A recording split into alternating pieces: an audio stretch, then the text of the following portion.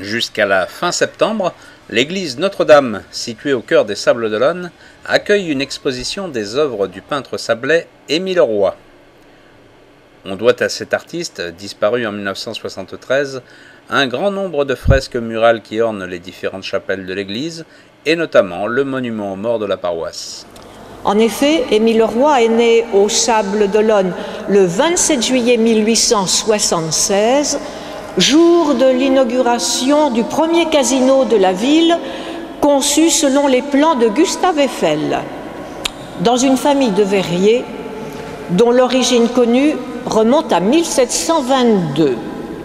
Sur recommandation de Gustave Eiffel, qui avait décelé en lui des talents prometteurs, son père l'envoie à Paris, où il est admis à l'école des Beaux-Arts, dans l'atelier du Grand Prix de Rome, Auguste Leroux. Celui-ci, reconnaissant les dons de son élève, lui propose de prendre sa suite. Le jeune artiste revient aux Sables pour annoncer la bonne nouvelle à son père. Mais celui-ci, je tiens cela de Madame Darbonne, lui intime l'ordre de reprendre l'entreprise familiale. Survient alors la guerre de 1914. Responsable d'une compagnie de mitrailleuses, il est grièvement blessé au bras gauche à Séclin, dans le Nord. Fait prisonnier par les Allemands, quelques jours plus tard, il est emmené dans d'effroyables conditions à Cologne. Il est opéré par un chirurgien qui sauve son bras. Sa main s'ouvre très difficilement, mais son pouce fonctionne, il peut donc tenir sa palette. Il faut donc regarder le monument aux morts qu'il peint dans la chapelle des agonisants quelques années plus tard, comme l'œuvre d'un artiste profondément touché dans sa chair. Rentré dans sa ville natale, il reprend ses activités.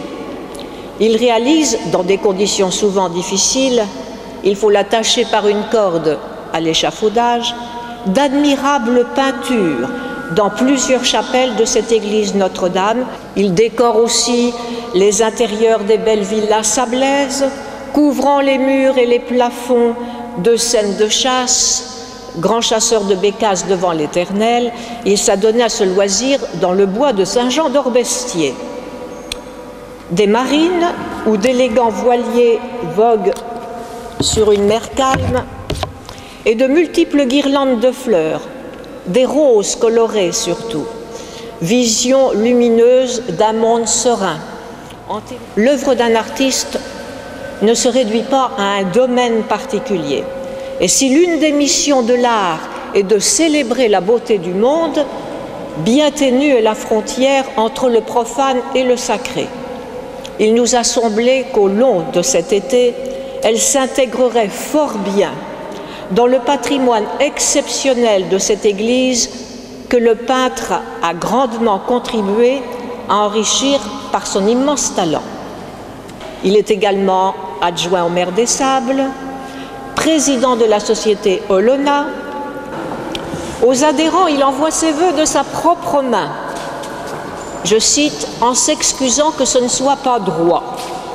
Membre de la Chambre de commerce de La Roche-sur-Yon, président des entrepreneurs de l'Ouest, correspondant de l'Académie des Beaux-Arts.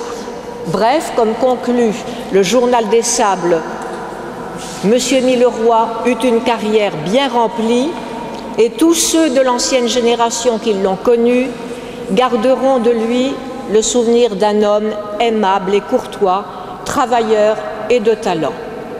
Les artistes nous quittent un jour, mais ils nous laissent une œuvre à découvrir et à admirer pour le plus grand plaisir des yeux et du cœur. C'est le but de cette exposition.